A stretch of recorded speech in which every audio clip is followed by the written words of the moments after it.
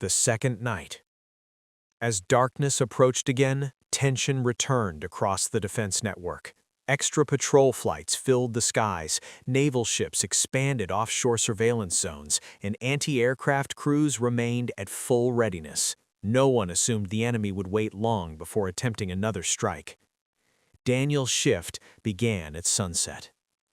Inside the radar control room, new technicians worked alongside the original crew, increasing monitoring capacity. Portable radar units had been installed around the base, creating overlapping detection coverage.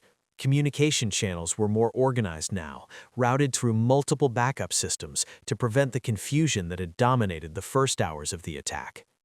"Feels different tonight," Daniel said quietly. Harlan nodded.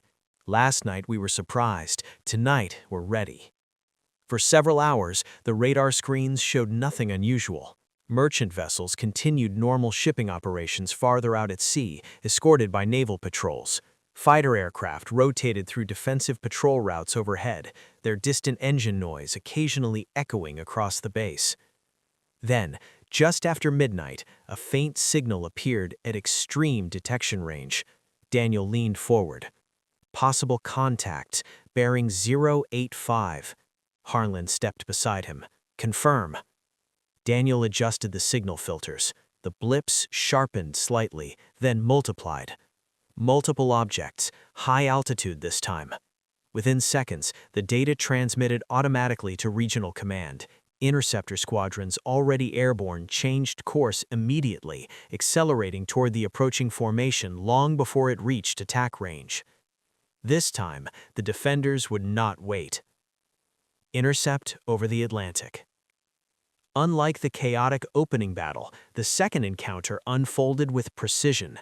Fighter squadrons engaged the approaching aircraft nearly 100 miles offshore, forcing them to maneuver defensively before they could even begin attack runs. Radio transmissions filled the control room. Intercept established, enemy formation breaking, targets turning east. Daniel watched the radar display as the hostile contact scattered and gradually retreated. The engagement lasted less than 20 minutes. Only a small number of attackers attempted to continue forward, and those were quickly intercepted by additional patrol units. No bombs reached the coastline. A quiet cheer spread through the control room as the final hostile signal disappeared from radar range. Harlan allowed himself a brief smile. That's how it's supposed to work. For the first time since the conflict began, the defenders had stopped an attack before it even reached American airspace. The strategy changes. By the third day, it became clear that the attackers had shifted tactics. Instead of large, concentrated strikes, smaller probing missions attempted to test different sections of the defensive perimeter. Some focused on electronic interference, others on reconnaissance, searching for weaknesses that might still exist. But the defenders had learned quickly. Temporary radar installations filled previous coverage gaps. Communication systems operated on rotating frequency sets to reduce jamming effectiveness, and joint coordination between air, naval, and ground defense units had improved dramatically. What had started as an emergency response was evolving into a fully integrated coastal defense network operating with surprising speed. Daniel noticed the change in attitude around the base. The fear that dominated the first night had been replaced with focused determination. Soldiers who had once expected a quiet posting now trained continuously, aware that their station had become a critical piece of a much larger defense effort. Late one evening, Harlan looked across the radar room and said, "You realize something, Mercer." "What's that?" "If they try another full-scale strike, it won't look anything like the first night." Daniel nodded. This time, the coast would be waiting. The hidden front. The attacks on the coastline slowed, but the war was quietly expanding in ways most soldiers could not yet see. Intelligence briefings began mentioning cyber interference, satellite tracking disruptions, and attempts to infiltrate supply networks far inland. The enemy, having failed to cripple the coast quickly, appeared to be searching for indirect methods to weaken the growing defensive mobilization. At Daniel's base, the change was subtle but unmistakable. Security checkpoints doubled. Identification verification became stricter. Supply shipments were inspected with unusual thoroughness, sometimes delaying deliveries for hours. Even communication procedures changed. Sensitive information was now transmitted using layered encryption and, in some cases, still carried physically by secure couriers as an extra safeguard. "War isn't just the battlefield anymore," Harlan told the crew during a briefing. "Sometimes the most important fights happen where nobody sees them." Daniel realized the truth of that statement as he watched technicians install additional backup communication lines. Every cable, every antenna, every generator had become part of the defense effort. The repair convoys. Within days, long repair convoys began moving along the coast. Columns of engineering vehicles, mobile radar units, fuel transports, and equipment carriers escorted by military patrols. Their mission was simple but critical: strengthen every vulnerable installation before the enemy could attempt another major strike. At Daniel's base, the change was subtle but unmistakable. Security checkpoints doubled. Identification verification became stricter. Supply shipments were inspected with unusual thoroughness, sometimes delaying deliveries for hours. Even communication procedures changed. Sensitive information was now transmitted using layered encryption and, in some cases, still carried physically by secure couriers as an extra safeguard. "War isn't just the battlefield anymore," Harlan told the crew during a briefing. "Sometimes the most important fights happen where nobody sees them." Daniel realized the truth of that statement as he watched technicians install additional backup communication lines. Every cable, every antenna, every generator had become part of the defense effort. The repair convoys. Within days, long repair convoys began moving along the coast. Columns of engineering vehicles, mobile radar units, fuel transports, and equipment carriers escorted by military patrols. Their mission was simple but critical: strengthen every vulnerable installation before the enemy could attempt another major strike. At Daniel's base, the change was subtle but unmistakable. Security checkpoints doubled. Identification verification became stricter. Supply shipments were inspected with unusual thoroughness, sometimes delaying deliveries for hours. Even communication procedures changed. Sensitive information was now transmitted using layered encryption and, in some cases, still carried physically by secure couriers as an extra safeguard. "War isn't just the battlefield anymore," Harlan told the crew during a briefing. "Sometimes the most important fights happen where nobody sees them."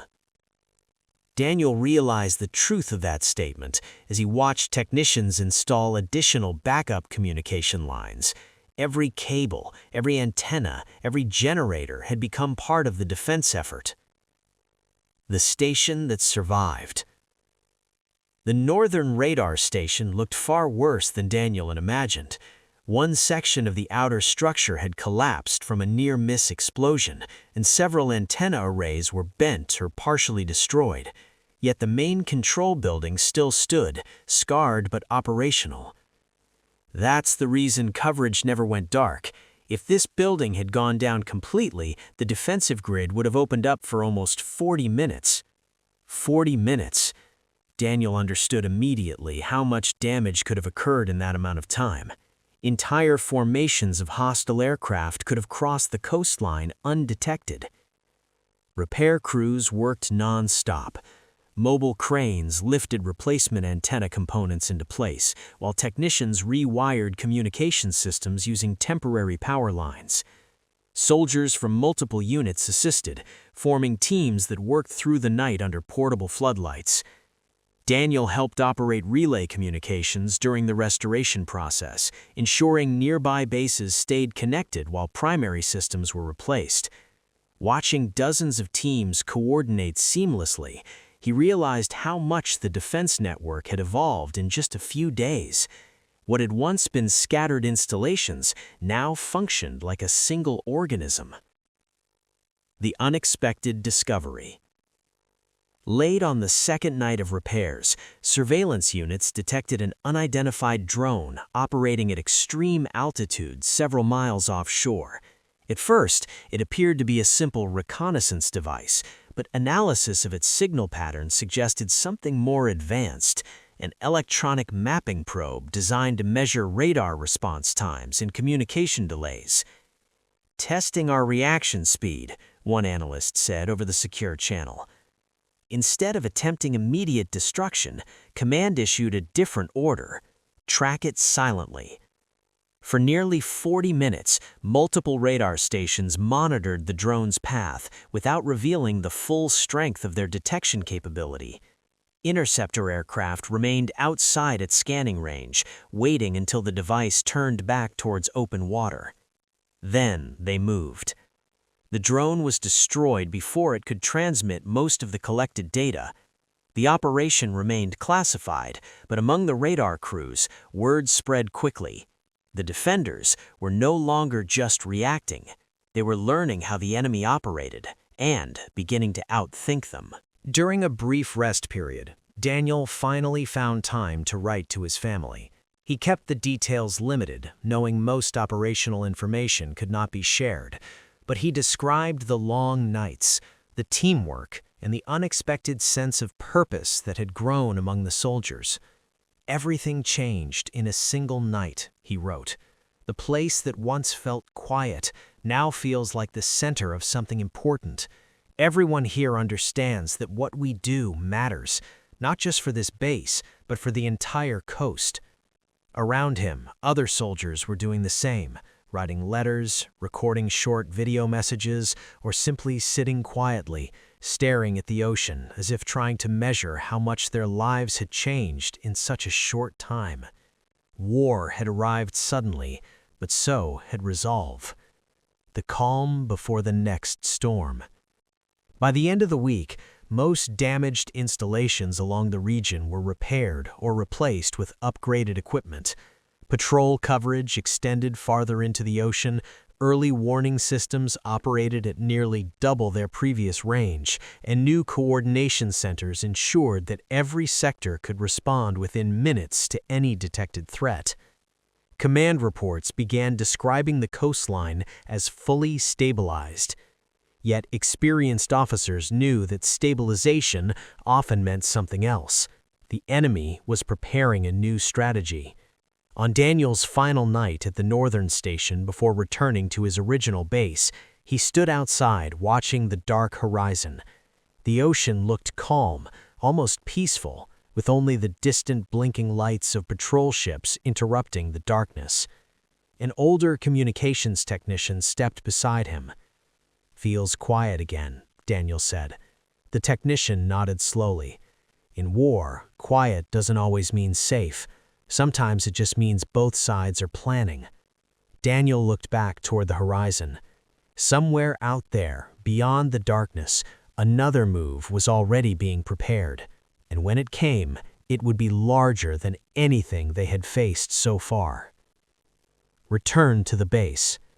Daniel returned to his original coastal installation just before sunrise. From a distance, the base looked different than it had only a week earlier. New radar towers stood beside the old ones. Temporary structures had been replaced by reinforced installations, and additional aircraft shelters lined the runway. The once overlooked station had become a critical link in a rapidly expanding defense network. Sergeant Harlan met him near the communications building. "Heard she kept the northern station talking through half their repairs. Nice work." Daniel shrugged. "Everyone worked non-stop. Didn't feel like anything special." Sergeant Harlan smiled slightly. "That's how big operations succeed. Thousands of small jobs done right." Inside the control room, the number of personnel had nearly doubled. Multiple radar screens now displayed overlapping coverage zones, and communication consoles connected directly to regional air defense headquarters. What had once been a quiet monitoring post had transformed into an active command relay center. But the increased activity meant something else as well. The threat had not disappeared. New orders. Later that day, a classified briefing gathered all senior and middle-level personnel inside the operations hall. Daniel attended as part of the communications relay team. The commanding officer spoke plainly. Intelligence indicates the enemy is reorganizing for a large-scale coordinated strike, larger than the first night. We do not know the exact timing, but we expect it within days, not weeks. A low murmur spread across the room. The officer continued, "This time, their objective may not be limited to radar or supply sites. They may attempt simultaneous attacks across multiple sectors to overload response capacity." Slides displayed projected attack routes, defensive coverage maps, and reinforcement deployment plans. Additional fighter squadrons were already being moved to nearby airfields, while naval patrol groups expanded their operational perimeter farther into the Atlantic. "Early detection will determine the outcome," the officer concluded. "Every minute of warning increases our interception range." Daniel understood what that meant. The radar crews would carry enormous responsibility when the next strike began. Training without pause. For the next several days, the base operated in a near-constant training cycle. Radar operators practiced rapid identification drills, communications teams rehearsed emergency relay procedures, and air defense crews conducted live-fire calibration exercises. Even logistics personnel trained for rapid relocation of mobile systems in case primary installations were targeted. Sleep schedules became irregular, but morale remained surprisingly steady. The soldiers had already survived the shock of the first attack. Now they prepared with the confidence that came from experience. One evening, while reviewing signal processing adjustments, Daniel noticed how much faster the crew worked compared to the first night. "Remember how chaotic everything was?" he said to a technician beside him. The technician laughed softly. "Yeah, now it almost feels routine." Neither of them said what they were both thinking. The next attack would test whether that confidence was justified. The long radar sweep. 3 nights later, the radar network began detecting unusual maritime movement far beyond standard shipping lanes. Several large vessels were changing course unexpectedly, moving in patterns that suggested coordination rather than routine travel. Naval Command immediately dispatched reconnaissance patrols to investigate. The findings were inconclusive, no confirmed hostile action, but analysts noted the timing was suspicious. Increased ship movement, minor communication interference, and scattered reconnaissance drone sightings were all occurring simultaneously. "Feels like pieces moving into position," Harlan said quietly as he studied the reports. Daniel nodded. "Like they're setting the stage." Orders arrived to maintain continuous high-range scanning throughout the night. Additional radar units rotated into active mode, extending detection coverage hundreds of miles farther than normal operations allowed. The control room lights dimmed as operators focused on their screens, watching the distant horizon through lines of digital signals and rotating sweep patterns. For hours, nothing happened. Then, at 1:13 a.m., a faint cluster of contacts appeared at extreme range. Signals at the edge. Daniel leaned forward, adjusting the gain settings to sharpen the image. The contacts remained faint but unmistakable, multiple objects traveling in tight formation at high altitude. "Possible large group," he reported, "bearing 091. Harlan moved beside him, checking the secondary display. The same pattern appeared. "Transmit immediately." Within seconds, the information flowed across the defense network. Interceptor squadrons, already on standby, began warming engines, while naval radar systems confirmed additional contacts approaching from slightly different angles. More signals appeared. Then more. The formation was far larger than the first attack. The command channel came alive. "All coastal defense sectors, potential multi-wave approach detected. Stand by for engagement authorization." Daniel's hands moved quickly across the console, updating tracking coordinates as the incoming signals gradually strengthened. Around him, the room remained calm, but the tension was unmistakable. Everyone knew this could be the decisive moment the officers had warned about. Harlan looked at the radar cluster and said quietly, "Here we go again." The first response. Authorization arrived within minutes. Interceptor squadrons launched from 3 separate airfields, heading toward projected intercept points far offshore. Naval missile defense ships shifted positions to create overlapping engagement zones, while coastal anti-aircraft units powered up targeting systems in case any attackers broke through the outer defense line.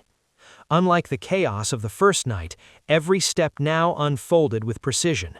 Communication lines remained clear, relay teams confirmed each transmission, and radar stations continuously updated formation movements as the hostile aircraft advanced.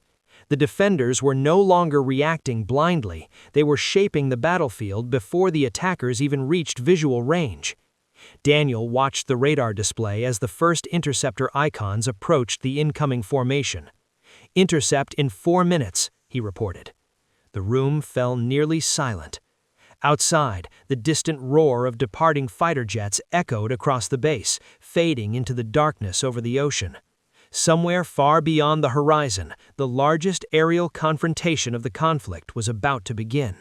And this time, both sides were ready. Collision course. The first contact occurred at 1:47 a.m., more than 120 miles offshore. On Daniel's radar screen, friendly interceptor icons merged with the advancing hostile formation. For a moment, the two clusters overlapped, indistinguishable from one another in a blur of movement. Then the screen exploded into motion, contacts scattering, accelerating, diving. The radio channels erupted. Fox engaged, multiple targets splitting north, bandits descending fast. This was no probing mission, it was a full assault. Enemy aircraft divided into 3 waves exactly as intelligence had predicted. A high-altitude group attempting to draw interceptors upward, a mid-level strike formation pushing toward naval vessels, and a low-level penetration group racing beneath primary radar coverage toward the coastline. But the defenders had anticipated that tactic. Mobile radar units activated along the shoreline, filling in the low-altitude detection gap.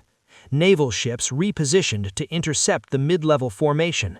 Additional fighter squadrons scrambled to reinforce sectors showing heavy engagement. Daniel's eyes never left the radar sweep. "They're trying to overload the center," he said, watching the densest cluster head toward a narrow defensive corridor. Harlan nodded sharply. "Redirect Bravo Squadron now." Daniel transmitted the order. Minutes later, friendly interceptor icons shifted course, converging precisely where the enemy concentration was thickest. The battle intensified. The breakthrough attempt. Despite heavy resistance offshore, several hostile aircraft managed to slip through the outer intercept ring, descending rapidly to avoid high-altitude pursuit. Anti-ship missiles launched from naval defense vessels destroyed 2 of them, but 3 more continued toward the coast at dangerously low altitude. "Low-level contacts, Sector 4, Daniel called out. Anti-aircraft crews along the shoreline locked on to the incoming targets. Searchlights cut across the night, catching brief flashes of metal as the aircraft approached at terrifying speed. The first coastal battery fired. A streak of tracer rounds climbed upward, followed by a missile that arced sharply before striking one of the incoming aircraft. It vanished in a burst of flame, fragments falling into the ocean. The second aircraft released a payload before being hit seconds later. The bomb struck an empty stretch of rocky shoreline, sending up a violent plume of debris but causing minimal damage. The third aircraft pulled upward at the last moment, attempting escape. An American fighter intercepted it just beyond the coastline. On the radar display, the hostile contact blinked once, then disappeared. Cheers filled the control room, but only briefly. The larger engagement offshore was still raging. Over the open water. Reports from pilots described an intense, fast-moving battle above the Atlantic. Dogfights unfolded at multiple altitudes, contrails twisting across the sky in chaotic patterns. Some enemy aircraft displayed advanced maneuverabilities, suggesting upgraded technology since the first attack. "They came better prepared this time," one pilot reported.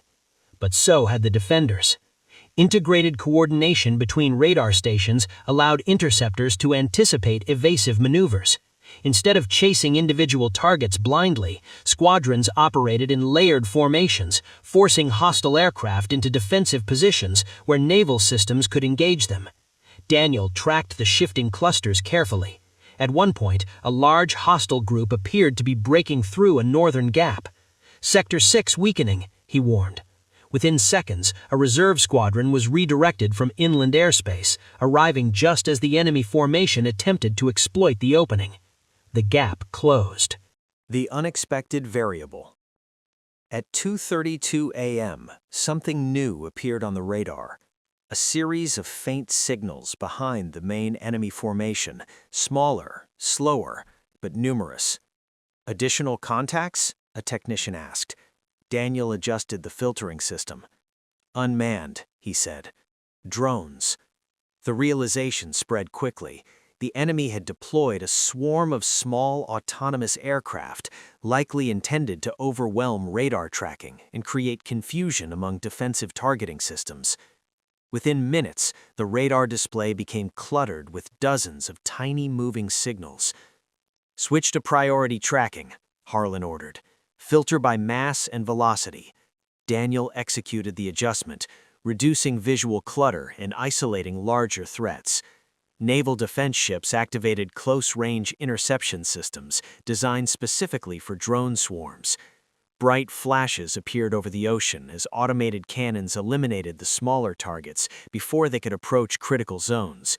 Even so, several drones reached mid-range distance, forcing anti-aircraft crews to divide attention between large aircraft and smaller, unpredictable devices. The air defense network strained, but it held. The turning point. By 3 a.m., both sides had sustained losses. The enemy formation, initially overwhelming in size, had begun to thin under coordinated defensive pressure. Several hostile aircraft turned back eastward, abandoning attack runs earlier than planned. Then came the message everyone had been waiting for. Enemy retreating in multiple sectors. Daniel verified the radar data. It was true. The densest hostile clusters were pulling away from interception zones, accelerating toward open water. Fighter squadrons pursued cautiously, but did not overextend. Naval ships maintained defensive formation rather than chasing too far into uncertain territory. The objective was not revenge, it was protection. One by one, hostile contacts faded from radar range. By 3:41 a.m., only scattered retreating signals remained. The aftermath of the second assault. As dawn approached, the scale of the defensive success became clear. The enemy's largest coordinated strike had failed to breach the coastline in any meaningful way. Minor damage occurred along isolated sections, but no major infrastructure was destroyed, and no sustained foothold had been established. Inside the control room, exhaustion finally began to show. Several operators slumped back in their chairs, hands trembling slightly from adrenaline release. Harlan looked at Daniel. "You tracked the center corridor perfectly. If that formation had slipped through..." Daniel didn't finish the thought. Outside, the sky slowly brightened again, revealing calm waters beyond the coastline. Patrol ships maintained steady formation, and returning fighter jets streaked overhead toward their airfields. For the second time in a week, the coast had survived a night that could have changed history. But something else was becoming clear. The enemy was learning too. They would not keep repeating the same strategy forever. A shift in the war. Later that morning, intelligence briefings delivered a cautious but significant conclusion. The repeated failure to breach coastal defenses had likely forced the enemy to reconsider large-scale direct assaults. Future operations might shift toward unconventional methods, covert sabotage, cyber disruption, or long-range strategic targeting rather than concentrated airstrikes. In other words, the visible battles might decrease, but the war itself was far from over. Daniel stepped outside once more, staring at the Atlantic horizon. The ocean looked unchanged, almost innocent. Yet he understood now how fragile that calm truly was. Sergeant Harlan joined him. "You think they're done?" Daniel asked. Harlan shook his head slowly. "No, I think they're thinking." Daniel watched a patrol aircraft trace a silent arc across the sky. If the enemy had shifted strategies, then the next chapter of the conflict would look very different from the first 2 nights. And when it came, it might not arrive with the sound of engines. It might arrive quietly. The quiet phase. For the first time since the attacks began, several nights passed without a major air engagement. Radar screens showed only routine patrol activity.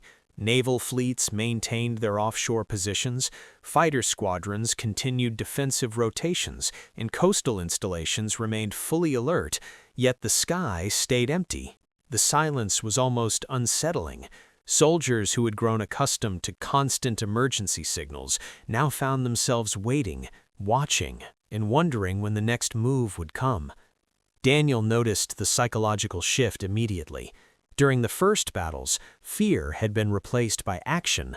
Now action had been replaced by anticipation. Waiting, he realized, was its own kind of stress. Sergeant Harlan gathered the team during a late-night briefing. "Do not mistake quiet for safety," he reminded them. "If they've changed tactics, we may not see the next operation coming the same way." Everyone understood what he meant. The next attack might not appear on radar first. The first disruption. 3 days later, the first unusual event occurred. A regional communication relay hub located several hundred miles inland suddenly went offline for nearly 11 minutes. Backup systems restored the connection quickly, but the interruption triggered an immediate investigation. Initial reports suggested a coordinated cyber intrusion attempt targeting multiple communication nodes simultaneously. At Daniel's base, signal traffic increased sharply as technicians verified encryption keys, updated firewall systems, and rotated emergency communication protocols. Even though the coastal radar network remained unaffected, Command treated the incident as a warning. The battlefield was expanding beyond airspace. "That's what Harlan meant," one technician said quietly. "They're trying new doors." Daniel nodded. "And testing which ones are unlocked." Night convoy. Shortly afterward, Daniel's unit received temporary reassignment orders.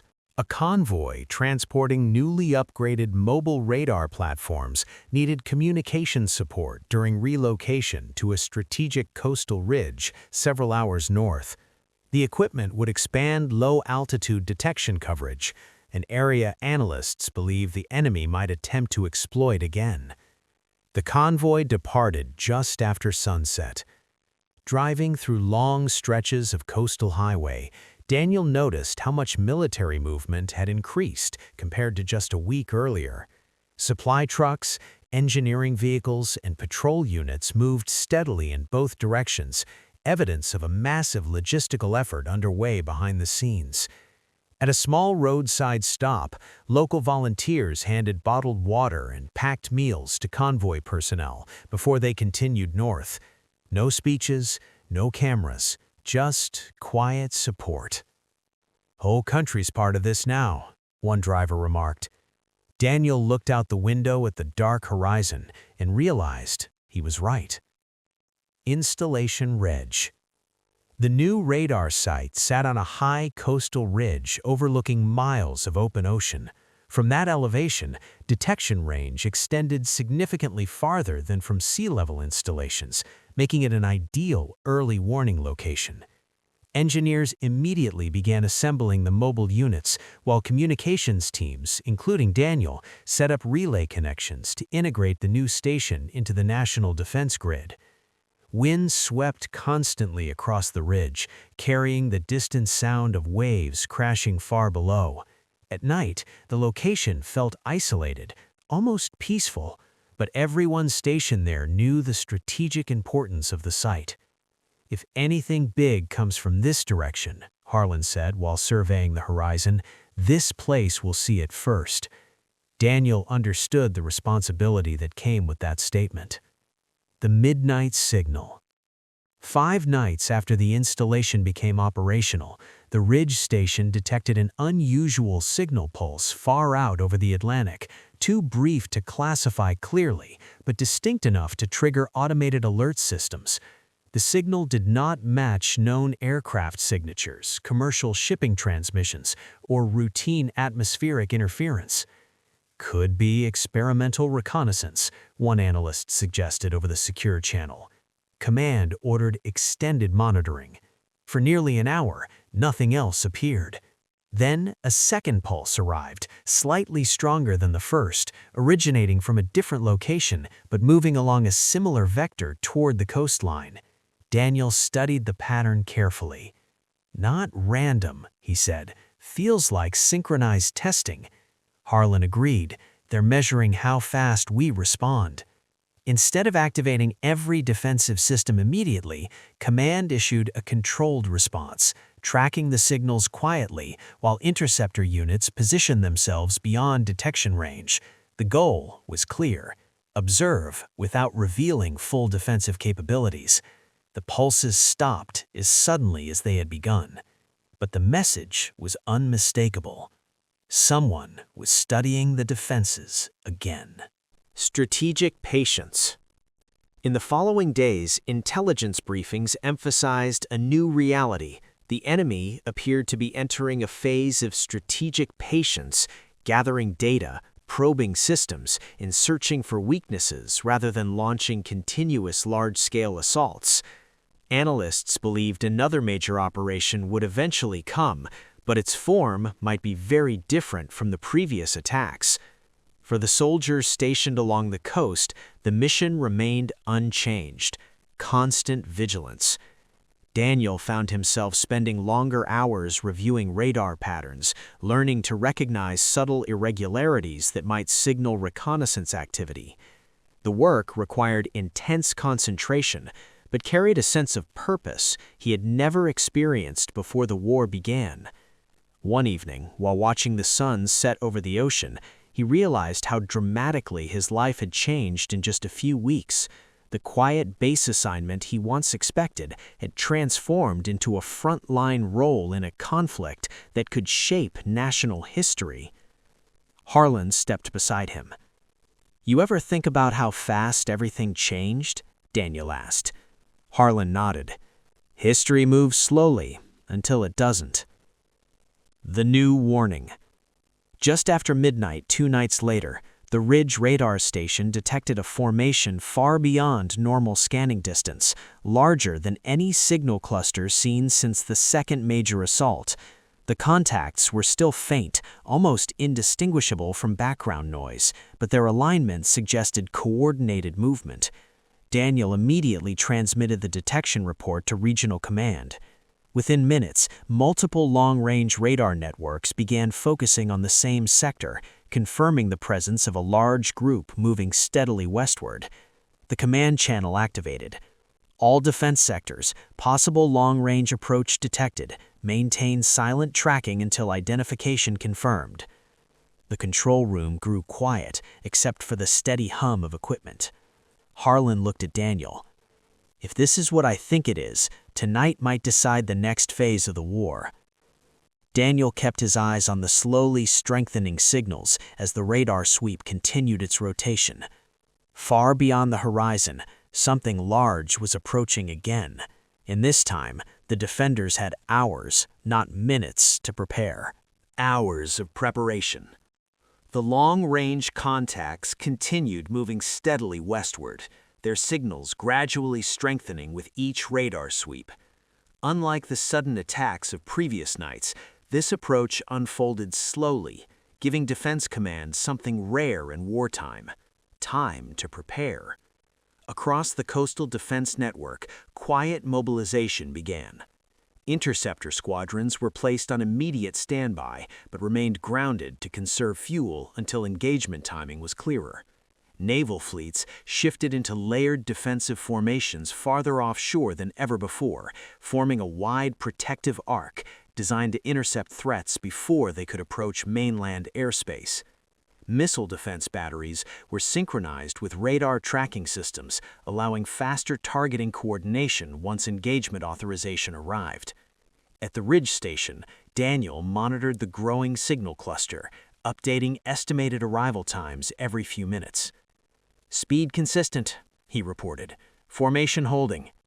Harlan crossed his arms, watching the display. "They're not rushing. That means confidence or a distraction." Daniel considered the possibility. If this large formation was only a decoy, another strike could already be moving along a different route. Command appeared to share the concern. Additional scanning sweeps were ordered across secondary sectors to ensure no hidden approach was unfolding. For now, the massive formation remained the primary focus. The waiting line. Nearly 2 hours passed before the first interceptors launched. The runway lights far below the ridge glowed faintly as aircraft engines roared to life, one after another, climbing into the night sky in organized intervals.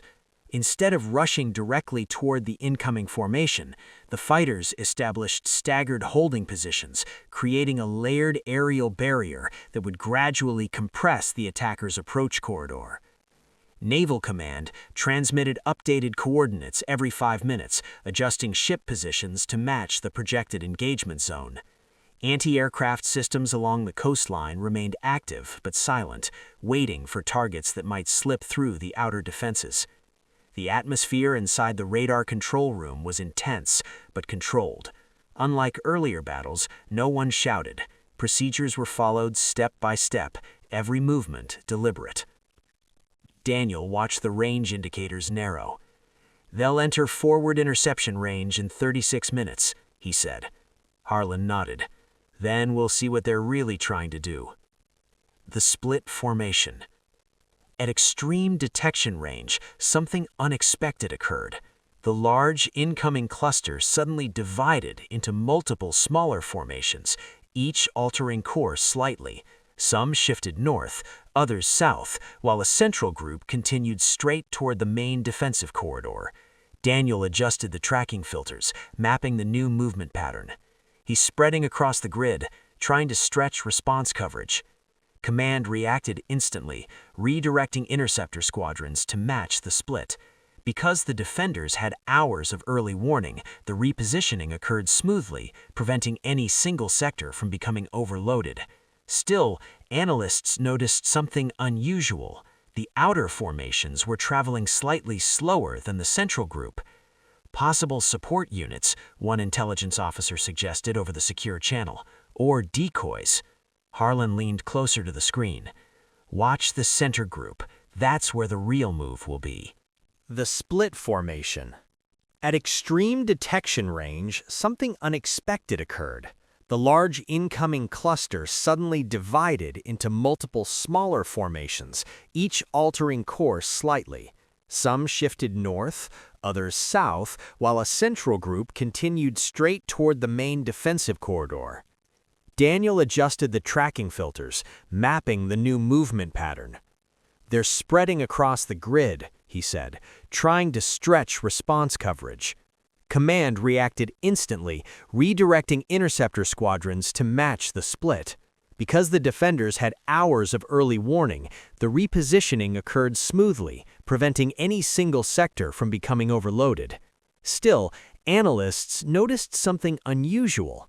The outer formations were traveling slightly slower than the central group. Possible support units, one intelligence officer suggested over the secure channel, or decoys. Harlan leaned closer to the screen. "Watch the center group. That's where the real move will be." First engagement. The first interception began nearly 150 miles offshore, farther than any previous engagement in the conflict. Radar displays showed friendly squadrons converging on the outermost enemy formations, forcing them into evasive maneuvers before they could coordinate attack runs. Reports from pilots confirmed initial contact. Enemy aircraft responding defensively. Formation breaking early. Minimal forward push detected. The pattern suggested exactly what analysts suspected. The outer groups were designed to draw defensive resources outward. Meanwhile, the central formation increased speed. Daniel highlighted the cluster on his display. Center group accelerating. Harlan transmitted the update. Within seconds, reserve squadrons were ordered forward, closing the interception gap ahead of the main formation before it could approach the coastline. The trap the attackers had intended to create was beginning to reverse against them. The hidden lair. As the central engagement zone formed, radar technicians noticed faint, low-altitude signals appearing behind the main formation, smaller objects moving at slower speeds, almost masked by the larger aircraft ahead of them. Secondary lair detected, Daniel said. Possibly drone carriers or missile platforms. Command immediately alerted naval defense ships positioned along the engagement corridor. Long-range tracking systems shifted focus, isolating the newly detected signals. The defenders now understood the likely strategy: large aircraft formations drawing attention, while smaller delivery systems attempted to slip closer to launch range. But because the Ridge Station in other long-range installations had detected the approach hours earlier, the defensive network was already prepared. Naval ships moved into intercept positions. Missile defense systems powered to full readiness. Interceptor pilots received updated targeting priorities. The element of surprise, once the attacker's greatest advantage, was gone. The longest engagement. The battle that followed lasted nearly 90 minutes. Interceptor squadrons engaged the central formation repeatedly, forcing attackers to maneuver constantly, instead of maintaining steady attack vectors. Naval defense systems intercepted several long-range launch attempts before payloads could be released. Drone carriers attempting to advance behind the formation were targeted by combined air and sea defenses, breaking their coordination. From the Ridge radar station, the engagement looked like an enormous moving storm, clusters of signals colliding, separating and reforming across hundreds of miles of ocean. Daniel tracked each movement carefully, relaying updates to command as engagement zones shifted. At one point, a small group of hostile aircraft attempted a sudden high-speed descent toward a southern corridor, and nearby interceptor units, already positioned because of the early warning preparations, cut them off within minutes. "Southern corridor secure," Daniel reported. Harlan allowed himself a small nod. Preparation wins battles. Retreat without impact. Gradually, the hostile signals began pulling back. One by one, outer formations turned eastward, followed shortly by the central group. Unlike previous assaults, the attackers had failed to reach even mid-range strike distance from the coastline. No bombs were dropped, no missiles reached launch range. The entire operation had been stopped far out at sea. Inside the radar station, a quiet realization spread among the crew. This was the first time the defense network had completely neutralized a major assault before it could threaten the mainland at all. Daniel watched the final retreating signals fade from the screen. "They never even got close," he said. Harlan looked at the empty radar sweep. "That's the goal. The best battles are the ones that never reach your shore." A new phase begins. At sunrise, Command issued a preliminary strategic assessment. The successful early interception demonstrated that the expanded radar network, integrated air defense coordination, and offshore naval positioning had fundamentally changed the balance of the conflict. Future attacks would require the enemy to attempt entirely different strategies if they hoped to achieve any meaningful impact. For the soldiers along the coast, the victory felt quieter than the earlier battles, less dramatic but far more significant. Daniel stepped outside the Ridge Station and watched the morning light spread across the ocean.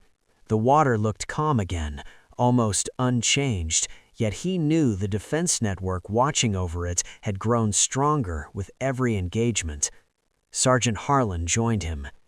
"Feels different this time," Daniel said. Harlan nodded, because now they know something. "What's that?" asked Daniel. "That the coast isn't just defended anymore." He looked back toward the radar towers turning slowly behind them. "It's ready."